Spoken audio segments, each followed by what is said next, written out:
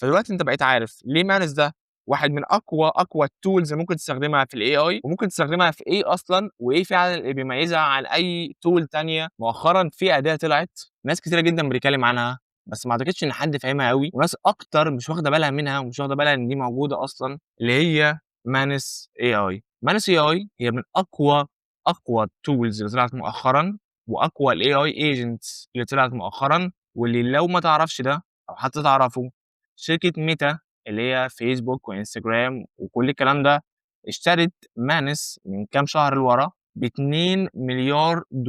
وعلى فكرة ساعتها مانوس كانت مجرد ستارت اب، ما كانتش أصلًا لسه بالحجم ده كله، كانت حاجة ضعيفة جدًا. فهل شركة زي دي رمت فلوسها في الأرض، والّا هم فعلًا شايفين إن الحاجة دي فعلًا مهمة وفعلًا ليها مستقبل عظيم؟ فالفيديو ده هو الفيديو اللي هيشرح لك كل حاجة لازم تعرفها عن مانوس، يعني إيه هو مانوس، وإيه الفرق ما بينها وما بين أي tool تانية، وإيه أصلًا اللي بيميزها عن أي حاجة، وإمتى نستخدمها وإمتى ما نستخدمهاش. وهنخش مع بعض أشرح لك كل الinterface أو الdashboard بتاع مانوس. ولو الفيديو ده بجد عجبكم وعايزين أصلًا شرح أكتر للأداة دي، اكتبوا لي في الcomments وهاعمل لكم use cases أو استخدامات حقيقية لازم تستخدم مانوس AI عشانها، وفعلًا هتوفّر عليك وقت ومجهود عظيم. فلو كل حاجة تمام كالعادة هات كوباية قهوة حلوة أوي، وتعالَ نبتدي مع بعض. حلو أوي، تعالَ بقى من الأول خالص أعرّفك إيه هي مانوس، أو من الآخر إيه الفرق ما بين الtool دي وأي AI tool تانية، زي Claude،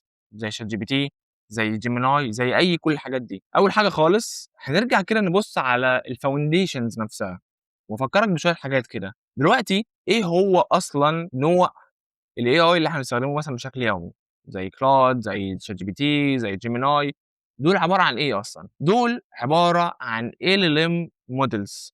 طب يعني إيه؟ يعني large language model. دول هم الcore بتاع أي agent أنت مثلًا هتبنيه. يعني مثلًا أنت هتبني agent، الagent ده محتاج حاجة اسمها brain، أو محتاج حاجة اسمها عقل. لو رجعت لفيديوهات قديمة أكيد هتفهم الموضوع ده أكتر وأكتر. ولكن العقل ده إحنا بنستخدم حاجة اسمها LLM. الLLM ده هي عبارة عن models أو AI متدربة على حجم مهول من الdata عشان تعرف تتكلم معاها، تعرف تستشيرها، تعرف تطلع لك معلومات معينة وكذلك. فخلينا عارفين إن Claude مهما كان مختلف ومهما كان دلوقتي بيعمل حاجات عظيمة، الcore بتاعه اللي هو Claude ذات نفسه هو عبارة عن LLM. كذلك Gemini، كذلك ChatGPT. أوكي؟ دول الLLMs. دلوقتي الشركات بتاعتهم زي OpenAI وAnthropic وجوجل بيبنوا حواليهم tools أو اسمها agents أصلًا، يقدروا يخلّيهم يعملوا حاجات تانية، زي يرسم لك حاجة ويطلّع لك صورة ويطلّع لك فيديو. ولكن في الcore بتاعهم هم أصلًا عبارة عن LLMs، AI متدرب على حجم مهول من data. Manus بقى هو عبارة عن multi agents. طب يعني إيه؟ يعني Manus هو مش LLM، يعني هو مش AI متدرب على الdata، لأ، هو اللي إحنا بنسميه wrapper، الحاجة اللي بنلِف بيها الLLMs عشان نعرف نخلّيها تعمل مهمات تانية. يعني من الآخر Manus هو عبارة عن LLM أيًا كان هُم بيستخدموا إيه، لإنّهم على فكرة مش قايلين في الdocument بتاعهم هُم بيستخدموا أي نوع LLM، ولكن طالع له دراعات. يعني من الآخر Manus هي الدراعات أو اللي إحنا بنسميها الagents اللي بتخلّيك تعمل 500 حاجة تانية. طب ده بقى حلو في إيه؟ ده من الآخر حلو في إنه دلوقتي أنت مش بس بتتكلم على الAI، دلوقتي أنت بتخلّيه يعمل حاجات ليك ومش حاجة واحدة زي ما إحنا هنشوف قدّام، بيخلّيه يعمل تاسكات كتيرة جدًا في وقت واحد ويطلع لك نتيجة معيّنة ورا بعضيها من غير ما أنت تمشي وراه أصلًا، هو بيروح يعملها لك ويرجع لك تاني. فمن الآخر كده بشكل مختصر Manus هي عبارة عن multi agents زي ما إحنا قُلنا. يعني كل agent جوّه بيعمل حاجة معيّنة. يعني مثلًا عندهم agent بيعرف يخش على الويب سايت يجيب معلومات ويعمل scrap ويدوّر لك على حاجات online. عنده واحد تاني بيعمل لك reports زي PDF زي Excel زي Word. عندهم حاجتين واللي هُم مختلفين أوي عن أي حاجة شُفتها قبل كده. عندهم agents يعرفوا يعملوا لك audio، يعرفوا يعملوا لك فيديو لوحديهم. عندهم agent يعرفوا يعملوا research. عندهم agent يعرفوا يعملوا apps اللي هي coding apps، يعمل لك كود، يكتب لك كود لsoftware معيّن. فده مختلف عن tools تانية كتيرة، لإنه الtools هي عبارة عن LLM حواليه tools معيّنة أو حواليه connections معيّنة. لكن Manus قوته في إن هو أصلًا multi agent structure. يعني أنت أصلًا لو شُفت الكود بتاعه أو شُفت الstructure اللي موجود جوّه الdocument اللي هُم باعتينها، هو عبارة أصلًا عن multi agent structure تحت بعضه، بيتكلموا مع بعض، بيعملوا مهمات معيّنة، بيعملوا تاسكات معيّنة بشكل معقّد جدًا. مجرد إنك تقول له روح اعمل كذا، هو كلّهم بيشتغلوا مع بعض. فده اللي أنا عايزك تفهمه قبل حتى ما تحط إيدك في مانوس، أو قبل حتى ما تتكلم عنه أو تستخدمه. مانوس هو مش LLM، هو عبارة عن multi agents، يعني كذا agent أو كذا دراع أو كذا موظف بيعملوا مهمات معيّنة عشان يطلعوا لك بالنتيجة اللي أنت عايزها. فده مخلّيه أقوى بكتير، لإنه عنده قدرة أقوى بكتير من أي حاجة تانية. طب حلو أوي، أنا عارف إن أنا قُلت لكم إن الuse cases أو الاستخدامات هتكون في فيديو لوحديها عشان أعرف أشرح لكم الموضوع بشكل أحسن، ولكن تعالَ كده نبُص من بعيد إيه اللي ممكن نعمله أصلًا بحاجة زي مانوس. زي ما إحنا قُلنا مانوس عشان عنده دراعات فيعرف يعمل حاجات معيّنة، زي مثلًا يعرف يعمل simple workflow. يعني إيه؟ يعني عارف أنت الworkflow بتاع إن أنت تفتح إيميل، تقراه، تsearch عن حاجة معيّنة، بعد كده ترجع تاني بالمعلومات دي، تجاوب على الإيميل ولكن بمعلومات أكتر أو بصور أكتر. ده اسمه workflow، خطوات ورا بعضيها. الworkflow ده هو مانوس يعرف يعمله بنفسه، ولكن مش معقّد أوي تاني، يعني مش معمول عشان يعمل workflow مكوّن من 50 point وكل point فيهم معقّد أوي ومحتاج tools معيّنة، لأ، هو حاجة بسيطة أوي. تمام؟ تاني حاجة، ودي من الحاجات العظيمة اللي هنتكلم عنها في فيديو لوحده لازم، هي الcomparator research. مانوس عنده قدرة عظيمة في إن هو يروح يعمل لك بحث دقيق عن كل المنافسين بتوعك في مجال معين، مش بحث عادي عشان جربت كذا tool تانية أو جربت أصلًا كذا automation تاني. مانوس عنده قدرة رهيبة في إن هو يعمل لك comparative research لو عرفت تستخدمه بالشكل الصح. وآخر حاجة واللي هي أصلًا خلّت مانوس يوصل للمرحلة اللي إحنا فيها دلوقتي، هو الconnection مع شركة ميتا. لمّا شركة ميتا اشترته خلّيته يعمل connection أو integration أسهل مع الحاجات بتاعتها. وأول حاجة إنها خلّيته تعمل integration مع Meta Ads Manager. يعني من الآخر من جوّه مانوس تعرف تعمل connection أو تعرف تعمل توصيل ما بين الإعلانات بتاعتك على فيسبوك أو إنستجرام وما بين مانوس. فمجرّد إنك تتكلّم معاه تعرف تقرا كل إعلاناتك، تقرا كل الأرقام، تعمل track للأرقام، تعمل report كل يوم، كل حاجة ليها علاقة بالإعلانات بتاعتك تقدر تعملها من مانوس. ومش كده بس، أنت ممكن تعمل create للإعلانات بتاعتك برضه من جوّه مانوس ذات نفسه، من غير ما تروح تمسك أي حاجة بإيديك. فتخيّل بقى كل القوة دي، زائد إن ده أصلًا يعتبر AI، يعني هو مش محتاج إن أنت تعمل حاجات بإيديك، أنت بس هتفهمه أنت عايز تعمل إيه وهو يروح يعملها بنفسه. وبرضه على فكرة ممكن تعمل connection مع الInstagram account بتاعك، وتخلّيه يعمل track لكل فيديو وكل رقم للفيديو ده وجاب views قد إيه، وينصحك المفروض تعمل إيه وتغيّر إيه وما تغيّرش إيه. فده ممكن تعمل connection مع الInstagram على فكرة. طب حلو أوي، دلوقتي إحنا فهمنا أصلًا هو عبارة عن إيه. تعالَ بقى نخش عليه هو أصلًا شخصيًا ونشوف الdashboard بتاعته لأنها بشكل كبير معقدة عبارة عن إيه، وتعرف تستخدمها إزاي أصلًا. حلو أوي، لو دخلنا على الdashboard هتلاقيها تقريبًا شبه 500 داشبورد تانية، إذا كانت Claude، ChatGPT أو Gemini، ولكن في حاجات صغيرة كده ممكن ما تاخدش بالك منها، ولكن لازم تاخد بالك منها. أول حاجة العادية خالص هي الchat window اللي تقعد تكتب فيها. لو جينا هنا ودوسنا على علامة الزائد هتلاقي حاجتين. أول حاجة إنك ترفع ملف عند الlocal device بتاعك أو على جهازك الشخصي، أو إنك تستخدم Skill. وSkill دي اتكلمت عليها 500,000 مرة في القناة هنا، وعملت عنها فيديو مخصوص ممكن تبُص عليه.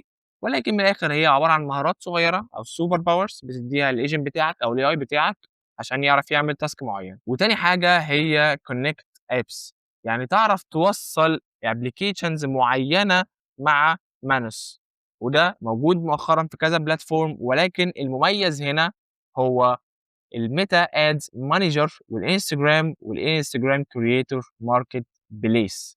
خلّيك عارف إن دول عشان تعمل لهم connection مع أي أداة تانية زي Claude أو زي ChatGPT محتاج تعمل process طويلة جدًا، وتخش على الdeveloper بتاعة الplatform وتجيب API وتروح تحطه وتعمل access token ومشوار طويل جدًا. وبعد كل ده في حاجات كتيرة جدًا ما تقدرش تعملها غير من هنا، لإنهم integrated أو أصلًا شركة ميتا هي اللي مشترياهم. فدلوقتي الintegrate بقى سهل جدًا. وعلى فكرة الInstagram Creator Marketplace ده عظيم جدًا، لإنه بيقدر يخلّيك تعمل research عن creators أو عن ناس موجودة على Instagram، يعمل لك تحليل المحتوى بتاعهم كامل، يجيب لك كل النتايج بتاعته، ويجيب لك كل الأرقام بتاعته. فمن الآخر ده تحليل كامل للمنافسين بتوعك، بمجرد إنك تقعد تتكلم على الAI.